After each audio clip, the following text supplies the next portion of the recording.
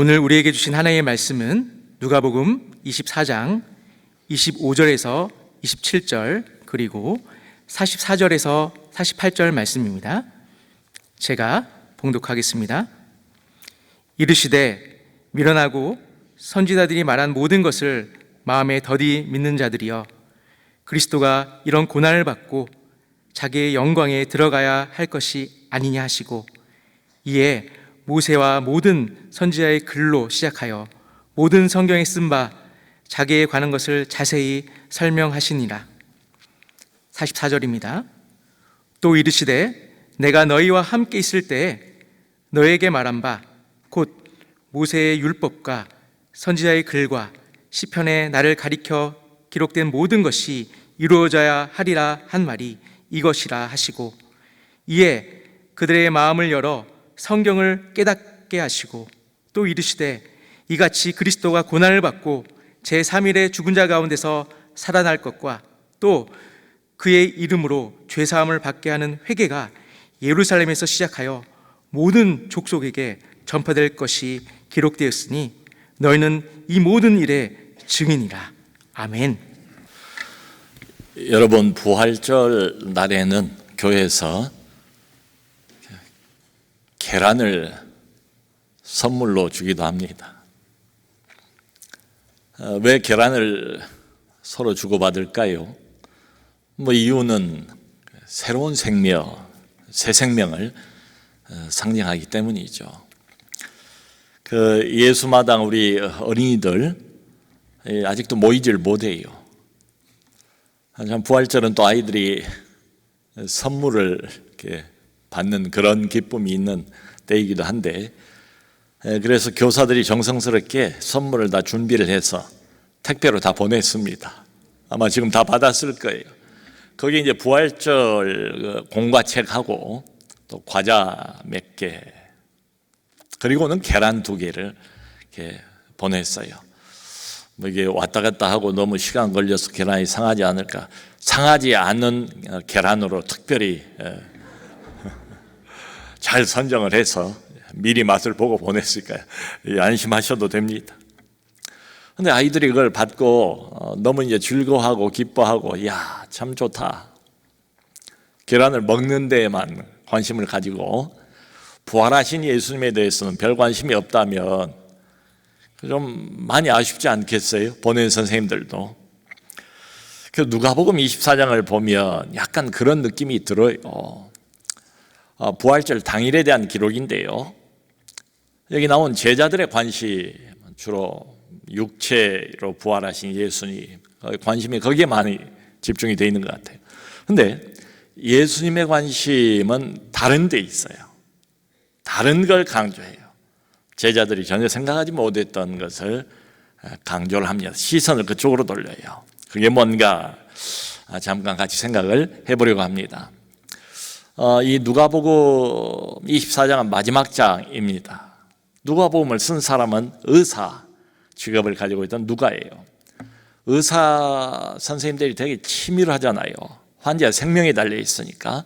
또 수술할 때 조금만 뭘 잘못 건드리거나 이러면 큰일 나지요. 그러니까 우리나라에서도 레지던트까지 이게 무려 11년 공부를 해야 전문의가 됩니다. 누가는 의사예요. 그러니까 글을 쓸 때에 그냥 마구잡이로 쓰지 않아요. 자료들을 다 모으고 깊이 있게 분석을 하고 그것을 종합하고 그리고 질서 있게 이것을 써 내려갑니다. 본인이 그렇게 썼다고 앞에서 누가복음 맨 처음에 밝히고 있어요. 그래서 오늘 24장을 보면 아닌 게 아니라 부활절 당일날 아침과 오후와 저녁에 일어났던 3가지 사건을 여기 담아놓고 있어요. 그런데 그 3가지 사건을 통해서 저자인 누가가 우리에게 들려주고 싶어하는 핵심적인 내용, 예수님이 강조하는 내용은 똑같아요. 한 가지예요. 그 맨 먼저 여자들이 새벽에 예수님의 시체 발을 향품, 방부제 대용으로 향품을 가지고 무덤으로 갔대요. 그런데 무덤 문이 열려 있는 거예요. 그 무거운 커다란 돌덩어리가 굴려져 있는 거예요. 가서 보니까 예수님의 시신은 온데간데 없이 사라져 버렸어요. 세마포만 거기 이렇게 개어져 있는 걸 봤습니다. 뭐 근심이 많이 됐죠. 어디로 갔을까? 누가 치웠을까? 근데 갑자기 두 사람이 나타났대요. 하얀 옷을 입은 빛나는 두 사람. 이 두 사람은 하나님의 천사들입니다. 그 천사들이 말을 거는 거예요. 여자들한테. 어찌하여 살아있는 자를 죽은 자 가운데서 찾느냐, 이런 말을 한 다음에 여기 계시지 않고 그가 살아나셨느니라.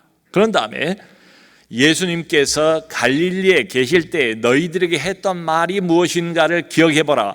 예수님이 하셨던, 살아생전에 하셨던 말씀을 여자들로 하여금 기억하도록 상기를 시킵니다. 뭐라고 말하는가 하면, 인자가 죄인의 손에 넘기워져서 십자가에 못 박힌 뒤에 제3일에 다시 살아나리라 라고 말씀하지 않았더냐 라고 그 예전에 자기들도 듣고 지금은 잊어버린 그 말씀을 상기를 시켜요.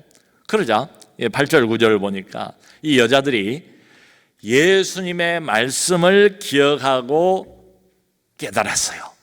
이 빈 무덤의 의미가 뭔가를, 예수님이 왜 안 보이시는가를 그제야 비로소 예수님의 말씀을 기억하고 이 부활 사건과 예수님의 말씀을 매칭을 시켰습니다. 그리고 퍼뜩 깨달음이 왔어요. 이해가 됐어요. 아, 정말로 예수님께서 말씀대로 죽음을 이기고 살아나셨구나.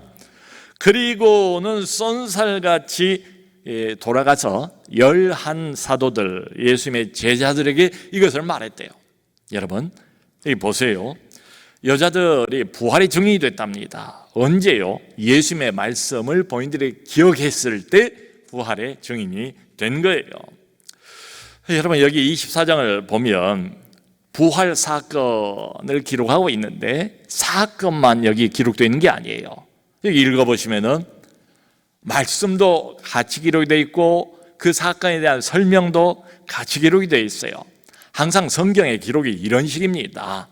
하나님이 하시는 일으키신 어떤 그 사건, 하나님의 위대한 권능, 하나님의 행동, 이것도 기록이 되어 있지만 동시에 그 행동의 의미가 무엇인가, 이 사건의 의미가 무엇인가를 친절하게 하나님께서 같이 여기에다 담아 놓으셨어요. 사건과 말씀, 사건과 설명, 이 두 가지가 합쳐져서 하나님의 계시의 말씀이 됩니다. 여러분, 이스라엘 백성들에게 가장 대표적인 구원 사건이라면 역시 그 출애굽에 했을 때 홍해가 갈라진 사건 아니겠어요? 하나님의 위대한 권능으로 전무후무한 일이 자기들 눈앞에서 벌어진 거예요. 그 시풀은 바닷물이 쫙 갈라졌어요. 그런데 그런 사건만 기록되어 있는 게 아니에요. 구약 성경을 보면 그 사건의 의미가 뭔가, 애굽 땅에서 흑암 속에서 노예가 되어서 고생하고 있는 내 백성을 내가 구원한 사건이다. 하나님이 말씀을 하세요. 항상 사건과 사건에 대한 설명, 이 둘이 합쳐져서 하나님의 계시의 말씀이 돼요.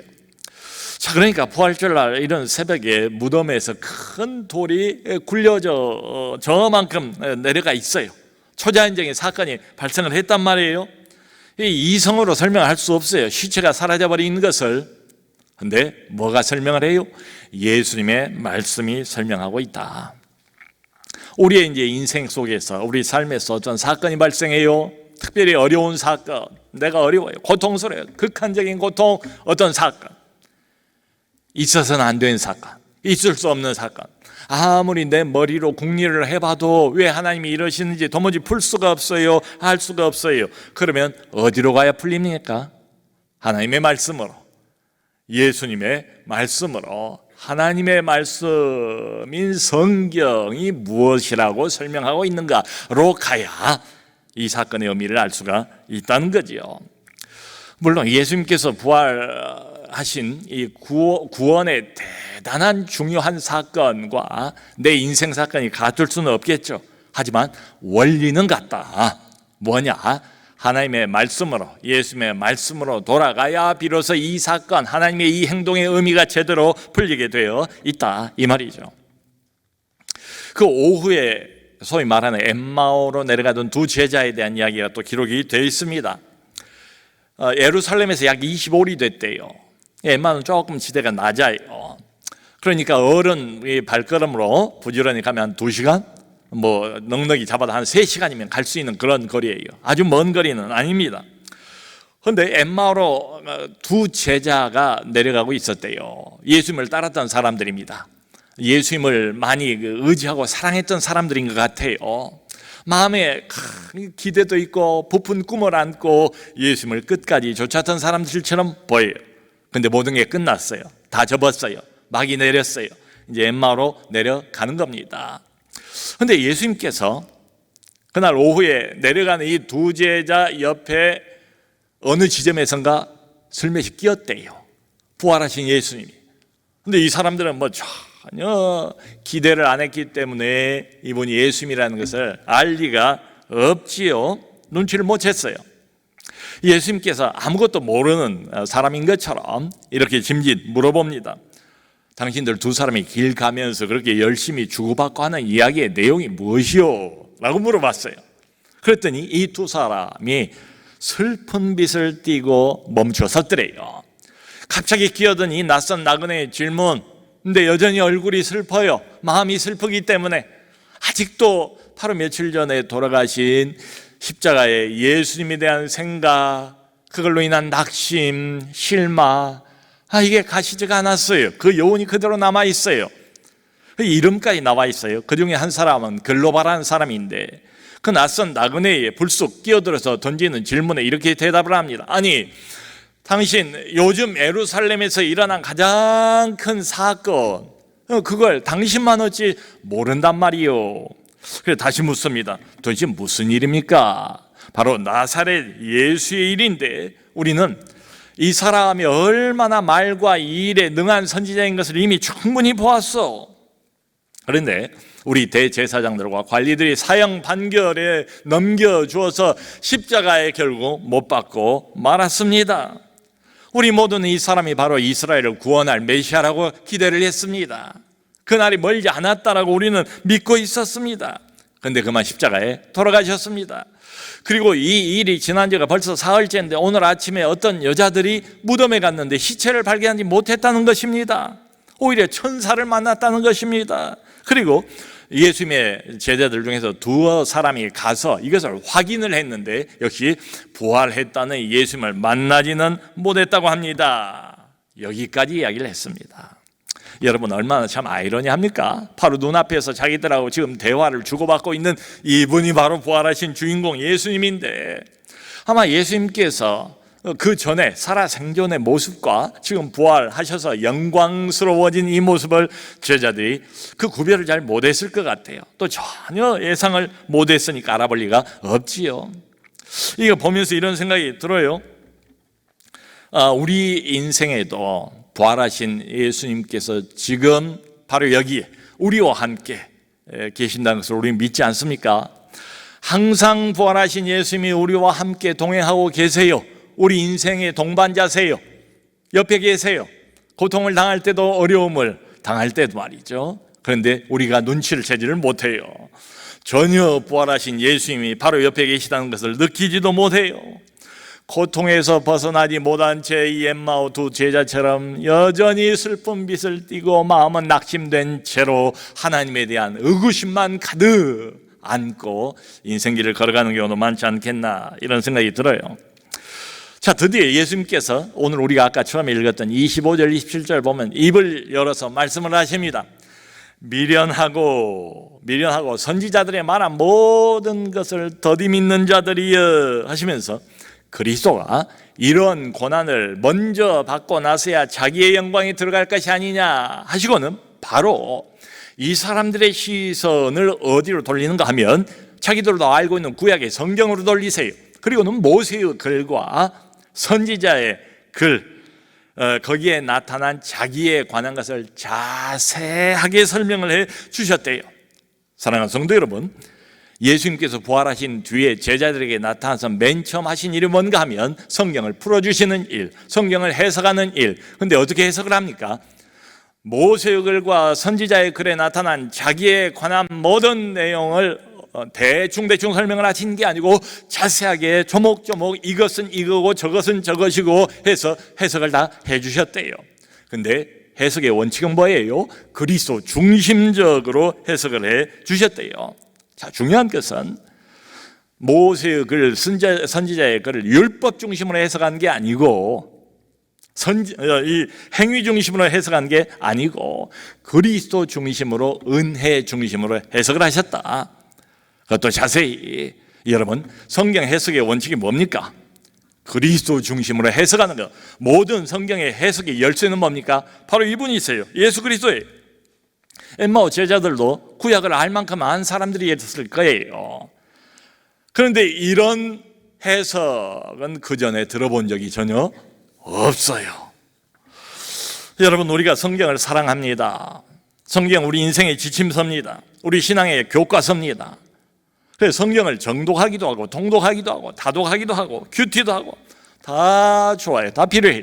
그런데 여기서 우리는 성경의 어떤 본문을 어떤 식으로 읽든지 간에 아주 명백한 놓치지 말아야 할 성경 읽기 방법의 중요한 원칙 하나를 만나게 됩니다. 그건 뭔가 하면 어떤 본문도 그리스도 중심으로 해석해야 된다. 그리스도 중심으로 풀어나가야 된다. 왜냐하면 모든 성경은 이렇게 말씀드릴 수 있을 것 같아요. 전체를 통째로 다 그리스도에 관한 책이에요. 성경은 우리가 알고 있는 것처럼 66권입니다. 그리고 장수로 따지면 1189장이나 된대요. 절수로 따지면 31,173절이나 된대요. 아주 길고 긴 내용의 책이에요. 이 성경을 기록한 저자들은 무려 40여 명이나 됩니다. 이 성경이 쓰여진 기록된 시간을 따지고 보면 무려 1600년이라는 장구한 세월에 걸쳐서 썼어요. 그야말로 다양한 시대에 다양한 사람들이 다양한 처지와 환경에서 성경을 기록을 했습니다. 이렇게 보면 이렇게 참 다양성을 가지고 있는 이 책이 통일성을 갖기는 어렵지 않겠는가? 마치 거미줄처럼 전체 성경이 얽히고 설켜서 도대체 잘못 길을 잃어버리면 뭐가 뭔지를 모르게 되어버리는, 이렇게 되지 않겠는가? 근데 여러분, 염려할 것 없습니다. 마치 여러분 그 거미줄을 보면 그 거미가 점점 이제 실을 이게 내놓지 않습니까? 해서 거미 집을 만들잖아요. 넓게 점점 넓혀가지 않습니까? 근데 그 딱 중간에는 그 거미가 앉아 있어요. 거미줄 전체를 거미가 다 컨트롤하는 것처럼 성경이 마치 거미줄처럼 얽히고 설킨 것처럼 무질서하게 이렇게 보일 수도 있지만 그렇지 않다. 그 가장 중심에는 누가 계시는가 하면 바로 예수 그리스도. 예수 그리스도가 모든 성경의 해석의 열쇠예요. 그렇게 생각하면 돼요. 여러분, 성경은 한마디로 하나님께서 인간을 어떻게 구원하셨는가를 기록한 책이에요. 그리고 그 책의 주인공은 예수 그리스도예요. 구약은 앞으로 오실 예수님을 내다보면서 기록된 책이고, 신약은 이미 오신 예수님을 뒤돌아보면서 기록된 책이에요. 성도 여러분, 우리가 원죄라는 말을 하지 않습니까? 우리 이제 장로교 교인들은 모두 다 원죄를 믿어요. 그건 뭐예요? 아담과 하와, 최초의 사람으로 하나님이 만드셨는데 불순종하지 않습니까? 선악과를 따먹고 죄를 지었어요. 그리고 성경에 의하면 아담 이후로 태어난 모든 인류는 원래 태어날 때부터 죄를 가지고 태어난다. 이게 원죄예요. 그런데 여러분, 성경에는 원죄만 있는 게 아니고 원복음이 있어요. 원복음, 프로토 에반겔리움이라고 불리우는 원복음이 함께 나와요. 원죄를 저지른 내용의 기록이 창세기 3장에 나옵니다. 그런데 원복음, 그러니까 이걸 원시복음이라고도 부르고, 원시복음보다는 차라리 최초의 복음, 최초로 성경에 기록된 복음의 내용이다. 원복음이 어디에 나오는가 하면 바로 그 원죄 바로 옆에 나와요. 바로 이어서 따라서 나와요. 그 창세기 3장 보면 아담과 하와가 선악과를 따먹고 결국 하나님과 소통이 단절되지 않습니까? 영적인 생명이 죽어버리지 않습니까? 결국 에덴에서 쫓겨나지 않습니까?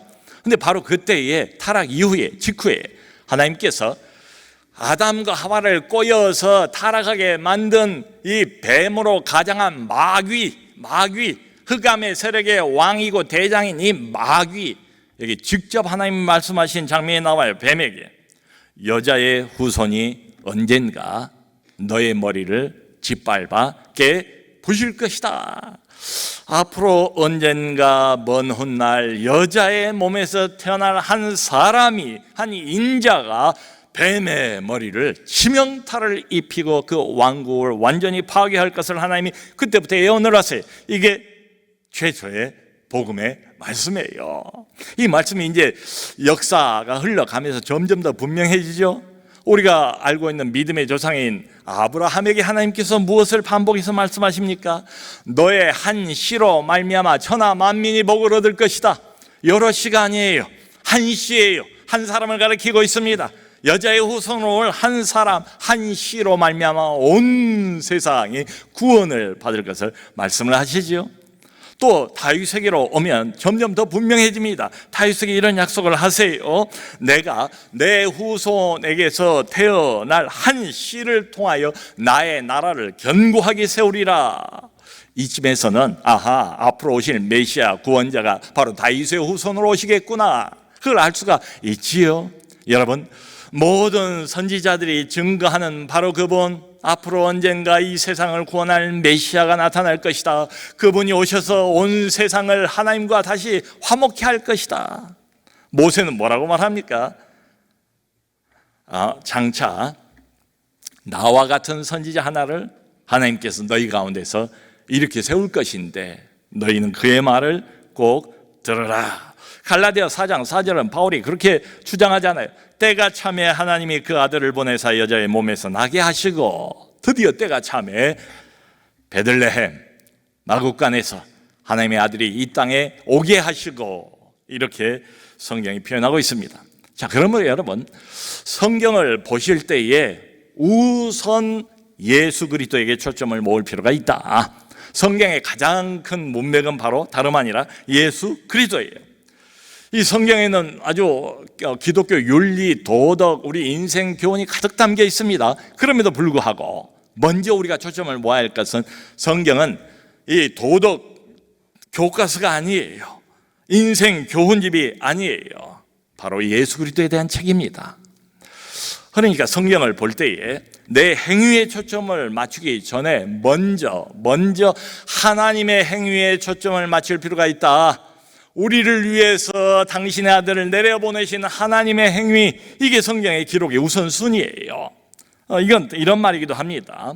성경을 보실 때에 나의 어떤 주관적인 느낌에 초점을 맞추기 이전에 하나님께서 객관적으로 이루신 일에 초점을 맞출 필요가 있다. 내 안에서가 아니라 내 바깥에서 하나님께서 때가 참에 하나님의 아들을 이 땅으로 보내셨습니다. 내 바깥에서 하나님께서 하나님의 아들을 십자가에 못 박아 죽게 하셨습니다. 그리고 내 바깥에서 하나님께서 죽은 지 사흘 만에 무덤문을 깨뜨리시고 하나님의 아들을 일으켜 세우셨습니다. 이 모든 것이 다 하나님께서 내 안에서가 아니라 일단 내 바깥에서 일으키신 하나님의 행위예요. 거기에 초점을 맞춰야 돼요. 여러분, 성경을 읽을 때에 우선 예수 그리스도에게 초점을 맞춰야 한다, 이 말은 이런 뜻이기도 해요. 여러분, 우리는 여전히 죄인입니다. 불순종한 때가 많아요. 시험 들고 넘어진 때도 많아요. 여전히 우린 죄를 달고 살아가는 사람들 아닙니까? 그럼에도 불구하고 나의 죄성에 먼저 초점을 맞추기 전에 하나님의 은혜에 초점을 맞출 필요가 있다. 이런 죄성과 연약함마저도 모두 다 품고, 그리고 나를 인도해 가시는 하나님의 은혜에 초점을 맞출 필요가 있다. 구약 성경을 보면 하나님께서 불순종하는 하나님의 백성들을 얼마나 많이 여러 번 경고하십니까? 그리고 여러 번 경고를 하다가 그래도 듣지 않으니까 하나님이 심판을 하시지 않습니까? 예루살렘을 초토화시켜버리잖아요. 성전을 하나님 손으로 허물어버리잖아요. 이스라엘 백성들, 자기 백성을 저 먼 땅 바벨론으로 다 보내버리시지 않습니까? 그럼에도 불구하고 그 구약 성경에 빠지지 않고 계속 반복해서 등장하는 건 뭡니까? 회복에 대한 약속이죠. 계속 하나님의 백성들을 향한 호소, 마음을 담아서 사랑하는 백성들에게 내게 돌아오라, 내게 돌아오라, 아직 늦지 않았다, 내게 돌아오라. 내가 모든 민족들 가운데서 너희만 알았나니 너는 내게 특별한 존재라는 것을 자꾸 하나님께서 하소연하지 않습니까? 우리 여전히 약해요. 여전히 죄짓고 사는 자들이. 그럼에도 불구하고 이런 자들을 무조건적으로 선택하시고 품으시고 받으시고 세워나가시고 그리고 점점 하나님의 사람으로 만들어 가시는 하나님의 은혜에 초점을 맞출 필요가 있다는 것입니다. 여러분, 우리는 타락했을 때에 우리 이성도 타락하고 우리의 감정도 타락하고 우리 의지마저 완전히 타락했어요. 뭐 흔히 거듭난 이성을 말한다고 하지만 완벽한 이성이라는 게 어디 있겠습니까?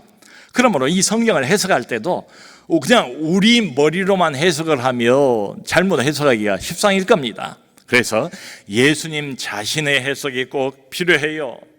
지금 엠마오로 내려가던 두 제자에게 예수님께서 성경을 통해서 부활하신 예수 그리스도를 확신하도록 그렇게 해석을 해주시고 풀어주셨습니다. 예수님이 이 두 사람과 시간을 보내다가 저녁밥을 먹을 때에 떡을 떼어서 나눠주시면서 눈을 떠서 보니까 그때 사라져버리세요. 그리고 두 사람끼리 자기들끼리 이런 말을 합니다. 여기 32절을 보면 그가 우리에게 길에서 성경을 풀어주실 때에 우리 속에서 마음이 뜨겁지 아니하더냐. 예수님께서 길에서 오면서 성경을 풀어주실 때에 우리 마음이 열리고 그때 하늘의 빛이 비춰지고 이 사람 두 사람의 마음이 뜨거워졌던 경험을 서로 이야기를 하는 겁니다. 마음이 뜨거워졌다. 이 표현의 헬라어 단어가 카이오메네라는 단어입니다. 카이오메네, 이거 헬라어 수동태의 단어예요. 마음이 불타오르다는 뜻입니다.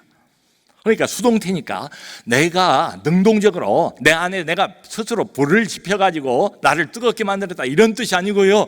이 불은 내 것이 아니에요. 밖에서 들어온 불이에요. 이건 내가 만든 게 아니에요. 내가 제조한 게 아니에요. 하늘이 열렸어요. 하나님이 내게 빛을 비춰주었어요. 내 마음을, 닫힌 마음을 열어주셨어요. 깜깜한 어둠이었어요. 성경을 보아도 뭔 소리인지를 몰랐어요. 그런데 거기에 빛이 비추어지자 확연하게 이 말씀의 의미가 무엇인가를 깨닫게 되었고 예수 그리스도 중심으로 성경이 기록되어 있다는 것을 알게 되었고 예수께서 부활하셔서 정말로 자기들과 함께 하셨다는 것을 분명하게 120% 확신하게 된 거지요. 그 마음이 뜨거워진 겁니다. 하나님이 진리의 말씀을 바로 깨닫고 보니까. 그리고 바로 그날 밤중인데 이 사람들이 깨달았으니까 인생 변화가 이제야 비로소 생긴 거예요.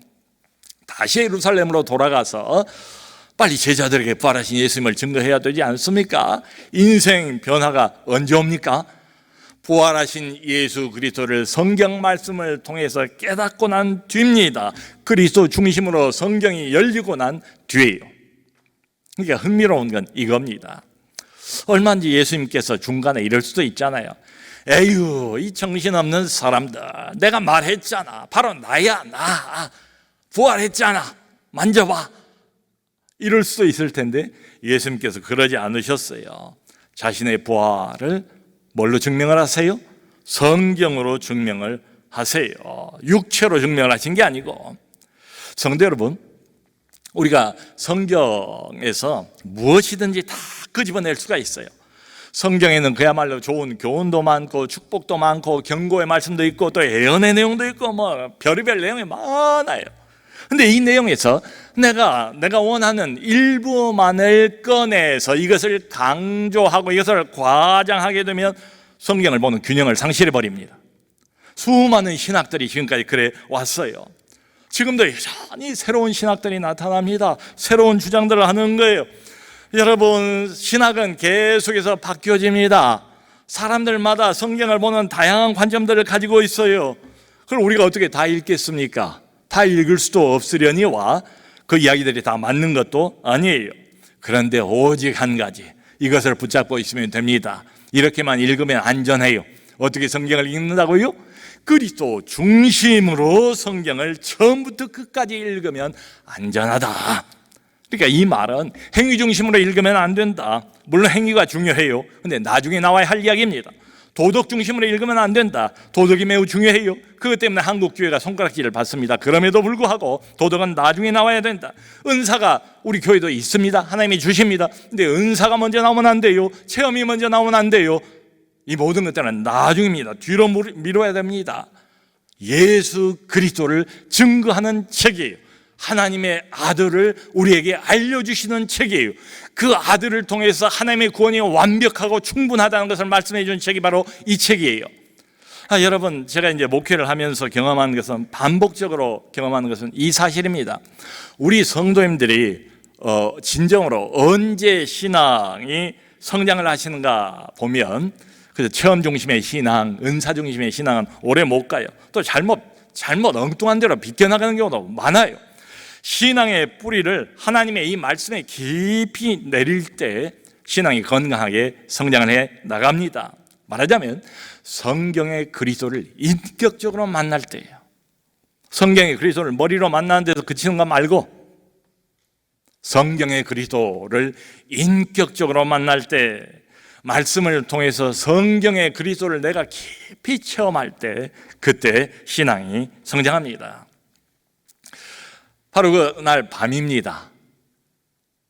제자들이 무서워서 문을 꼭 닫고 숨어 있는데 예수님이 갑자기 나타나세요. 평강이 너희에게 있을지어다. 처음에 보고 유령인 줄 알고 무서워했다고 그러지요. 생각을 했겠습니까? 두려워하는 제자들을 바라보면서 예수님께서 손과 발을 내보이셨대요. 영은 살과 뼈가 없으되 너희 보는 바와 같이 나는 있지 않느냐, 와서 만져봐라. 그래도 너무 기쁘긴 한데 안 믿어지더래요.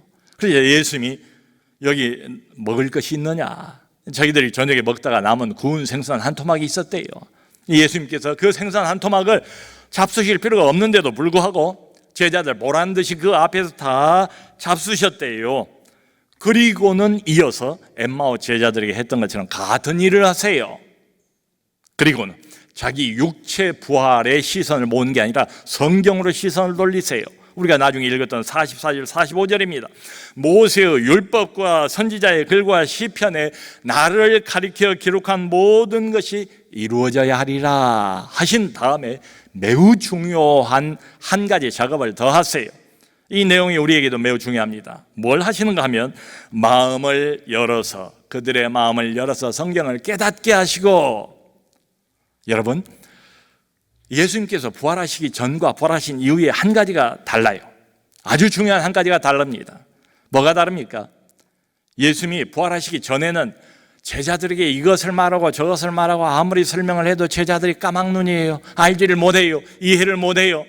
오병이어 칠병이어 그거 체험을 하고 난 뒤에도 예수님이 정말 안타까운 마음으로 그런 말씀을 하시지 않습니까? 너희가 아직도 이렇게 둔하냐? 아직도 깨닫지 못하느냐? 아무리 이야기를 해도 깨닫지를 못해요. 눈으로 봐도 그 의미를 몰라요. 그래서 요한복음 16장에서는 예수님께서 내가 너희에게 해줄 말이 너무너무 많은데 아무리 이야기를 해도 지금은 너희가 감당하지 못하리라. 그런데 부활하고 난 직후에 보세요. 뭐가 달라졌습니까? 예수님이 제자들의 마음을 열 수가 있어요. 성경을 깨닫게 해주실 수가 있어요. 이게 결정적인 차이입니다. 그리고는 이렇게 말씀하세요. 48절에 너희는 이 모든 일의 증인이라. 성경을 깨닫게 하신 다음에 모세의 글과 선지자의 글과 시편에 나타난 자기에 관한 모든 것을 설명하시고 깨닫게 해주시고 난 다음에 너희는 이 모든 일의 증인이라. 여러분, 누가 부활 증인 될 수 있을까요? 마음 먹는다고 아무나 될 수 있는 건 아니지요. 성경을 통해서 부활하신 예수 그리스도를 깨달은 사람, 그리스도 중심으로 성경을 해석하고 풀려진 성경, 마음이 열려서 성경의 핵심인 예수 그리스도를 인격적으로 깨닫고 만난 이 사람이 부활의 증인이 될 수 있다는 거지요.